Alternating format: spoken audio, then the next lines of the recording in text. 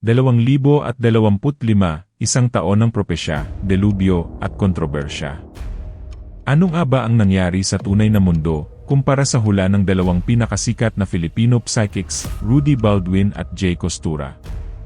Sa video na ito, ibubunyag natin ang kanilang pinaka-sensational predictions, at ikukumpara natin sa mga aktwal na nangyari sa 2025. Subscribe na ngayon at click ang bell icon para hindi ka mahuli sa mga eksklusibong updates sa showbiz, kalamidad, at societal trends. Malalakas na bagyo, lindol na parang The Big One, health alerts, showbiz scandals, at political upheaval, lahat ng ito, tinalakay nila bago pa magsimula ang taon. Tignan natin kung alin sa mga hula ang tumama, alin ang nagbigay ng shocking surprises, at alin ang nanatiling misteryo. Part 1, Who are Rudy Baldwin and Jay Costura? Rudy Baldwin. Kilala sa matinding psychic visions at prophetic warnings. Tinawag niya ang 2025 bilang Biblical Year of Awakening. This 2025, kumakatok na yung Diyos sa pintuan natin. Ang lindol mas marami, ang krimen mas malala, ang pagtatraidor malala, sunog halos maya't maya. Jay Costura. Tinaguriang Asia's Nostradamus, nagbigay ng forecast sa societal trends, showbiz, technology, at global events para sa 2025. Sa pagpasok pa lang ng 2025 ay magkakaroon ng malaking problema sa pagkain. Magkakaroon ng rice shortage at water shortage. May dalawang bansa raw ang magsasalpukan, nagsimula na raw ang mga senyales nito.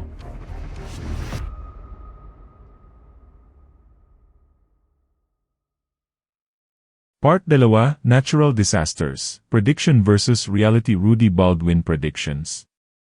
Paiba-iba ang panahon, mas malakas ang bagyo na papasok sa 2025. Mas malakas ang papasok na delubyo ngayong 2025, nasa letters O, S, P. Maging handa lamang mga taga Bulacan, marami tayong lindol na mararanasan, at maraming bahay o gusali man ang gugulo, dalawang sunog sa Bulacan. Reality check, Super Typhoon Ragasa at Pino. Dumating ang Super Typhoon Ragasa, Category 5 strength, nagdulot ng malawakang baha, libo-libong naapektuhan. Typhoon Pino, mabilisang pagbaha at halos 300 na sawi.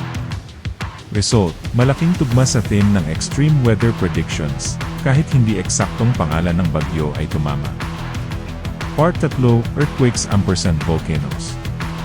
Rudy's Big One Warning. Parang walang katapusan, uminit, umulan, kulang na lang yung araw hahalik sa lupa. The Big One sa Luzon at iba pang bahagi ng bansa. Reality.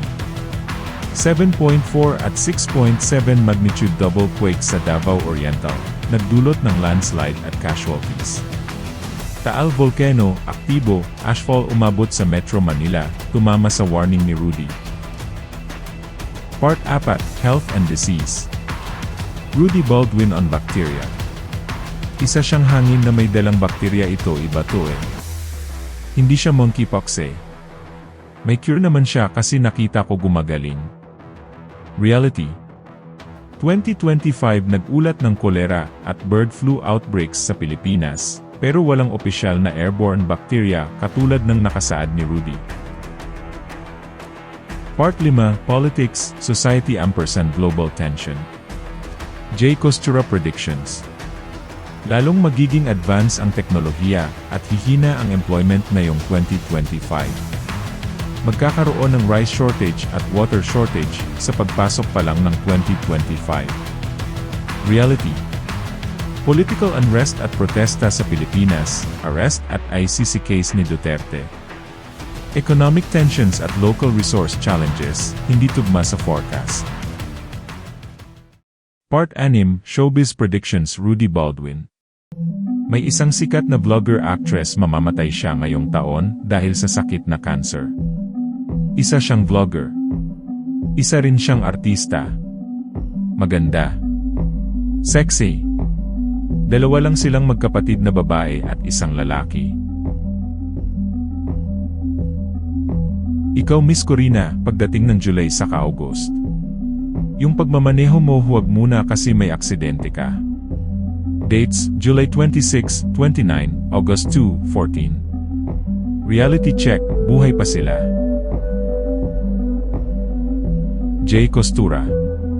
Paiba-iba ang panahon, mas malakas ang bagyo na papasok sa 2025. Mas malakas ang papasok na delubyo ngayong 2025.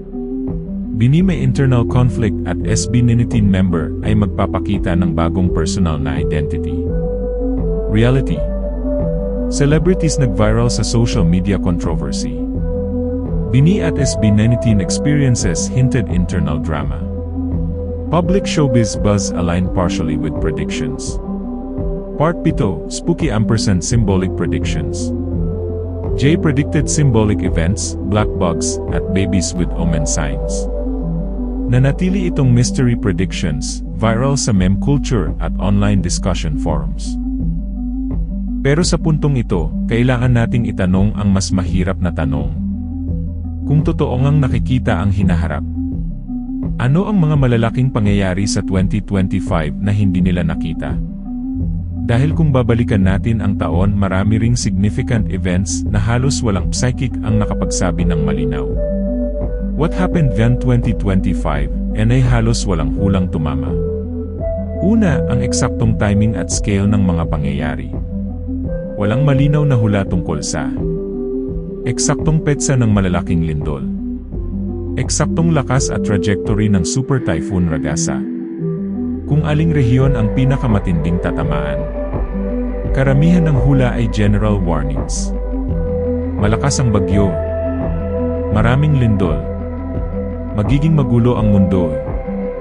At dito pumapasok ang tanong. Are these real predictions or confident guesses?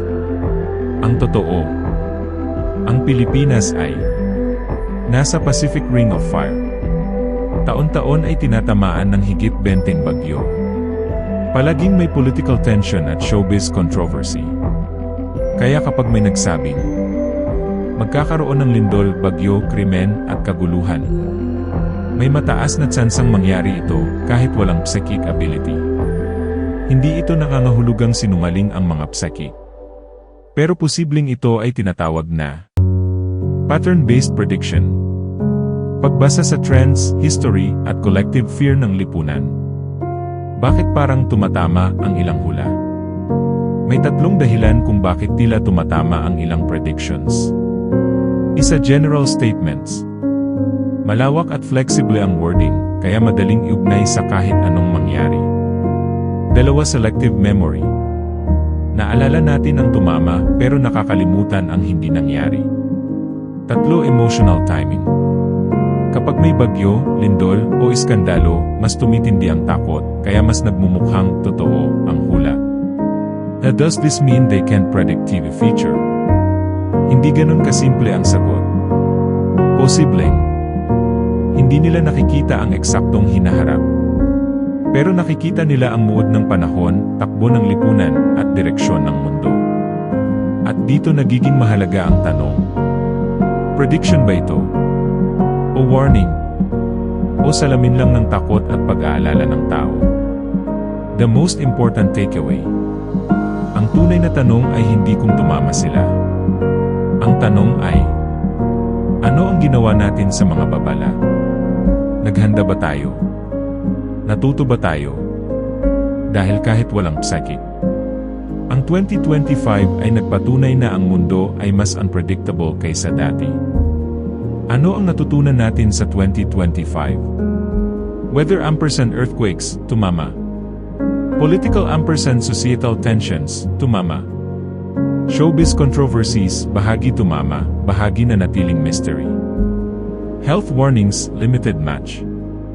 Lesson: kahit ilang predictions ay mali o symbolic, nagbigay ito ng pag-ingat, discussion, at viral content na bumuo ng digital memory sa 2025. Kung gusto mong malaman ang pinakabagong predictions para sa 2026 at feature Filipino celebrities, disasters, at society trends, subscribe, like, at comment 2026 sa baba.